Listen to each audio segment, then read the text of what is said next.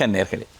Don தொலைக்காட்சியினுடைய இந்த வணக்கம் தமிழ் நிகழ்ச்சியினூடாக இயற்கை வழி என்கிற இந்த பகுதி உங்களுக்கு இயற்கை தொடர்பான மிக முக்கியமாக இயற்கையிலே செழிப்புற வளரக்கூடிய தாவரங்கள் தொடர்பாக மனிதனுடைய தூண்டுதல் இல்லாமல் தானாகவே வளரக்கூடிய தாவரங்கள் தொடர்பாக இந்த இடத்திலே உங்களுக்கு கருத்துக்களை தந்து கொண்டிருக்கின்றது. இன்றைய நாளில் இந்த விழாமரம் தொடர்பான விடயங்களை கடந்த நிகழ்ச்சியினூடாக நான் கூறியிருந்தேன். இந்த விழாமரங்கள் தொடர்பான இன்னும் பல தகவல்கள் இருக்கின்றன. உண்மையில் விழாம்பழங்கள் நீங்கள் அவதானித்து பார்த்தீர்களானால் அதிகளவு வித்துக்களை கொண்ட பழங்களாக இவை இருக்கின்றன.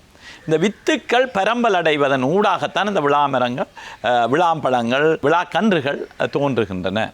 இந்த விழாமரங்கள் தொடர்பான பல விடயங்கள் இருக்கின்றன. இந்த விழாமரங்கள் பல்வேறுபட்ட பிராணிகளினுடைய உணவாக இருக்கின்றது. உண்மையில் உங்களுக்கு தெரியும், யானை என்பது அதிகளவு உணவை உட்கொள்ள வேண்டிய ஒரு பிராணியாக இருக்கின்றது. இந்த யானைகள் இந்த காட்டு பிரதேசங்களில் இருக்கின்ற விளாம்பழங்களை முழுதாகவே விழுங்கி விடுகின்ற அந்த விளாம்பழத்தினுடைய கோது உங்களுக்கு தெரியும், பழங்களிலே மிக கடினமான கோதுள்ள பழங்களிலே ஒன்றாக இந்த விளாம்பழம் இருக்கின்றது. இந்த விளாம்பழங்களை யானை முழுதாக விழுங்கிவிடும்.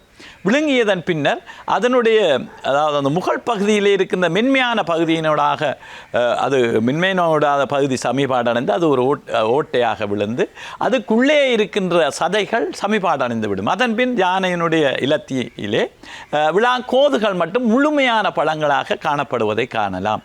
அதிலே இந்த சமிபாடடையாத வித்துக்களும் இந்த இலத்தியினூடாக கீழே விழுகின்றன. உண்மையில் அந்த இலத்தி ஒரு இயற்கை பசலை, அதாவது சேதன பசலையாக இருக்கின்றது. எனவே அந்த யானைகள் இந்த விழா வித்துக்களை பரப்புவதிலே யானைகள் பெரும்பங்கு வகிக்கின்றன. பல்வேறுபட்ட காட்டுப்பகுதிகளிலேயும் விழா வித்துக்கள் விழுந்து முளைப்பதற்கு இந்த யானை இலத்திக்குள்ளே இருக்கின்ற சமிபாடடையாத வித்துக்கள் காரணமாக இருக்கின்றன. இதிலும் இன்னும் ஒரு விடயம், இந்த யானை இலத்திகளே அந்த விழா வித்துக்கள் செழிப்பாக வளர்வதற்கான ஒரு அதாவது பசலைத்தன்மை சேதன பசலையாகவும் மாற்றமடைவதை காணக்கூடியதாக இருக்கிறது. அதுதான் ஒரு சம்பந்தமே இல்லாத விழாமரங்களே இல்லாத தூரமான பிரதேசங்களிலும் கூட விழாக்கண்டுகள் முளைப்பதற்கான மிக பிரதானமான காரணமாக இருக்கின்றது.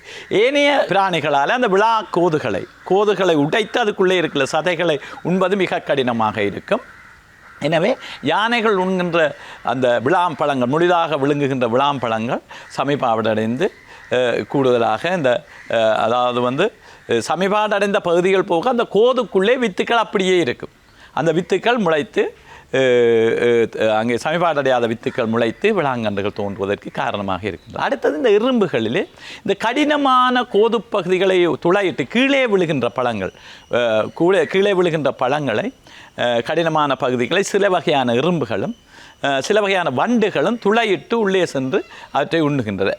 இவை போக ஏனைய விளாம்பழங்கள் விளாமடத்துக்கு கீழே விழுந்திருக்கும். அப்படியே இருந்து மிக காய்ந்து போய் பின்னர் அந்த வித்துக்களுமே கோதுக்குள்ளே இருப்பதனால் உங்களுக்கு தெரியும், சுரக்காய்க்குள்ளே இருக்கின்ற சுரக்காய்கள் முத்தி பழுத்து சுரக்குடுவை ஆகின்ற போது அதுக்குள்ளே இருக்கின்ற வித்துக்கள் பல நாட்களுக்கு பழுதடையாமல் இருப்பது போல இந்த விளாம்பழ கோதுகளுக்குள்ளே இருக்கின்ற வித்துக்களும் பாதுகாப்பாக பழுதடையாக இருக்கின்றன.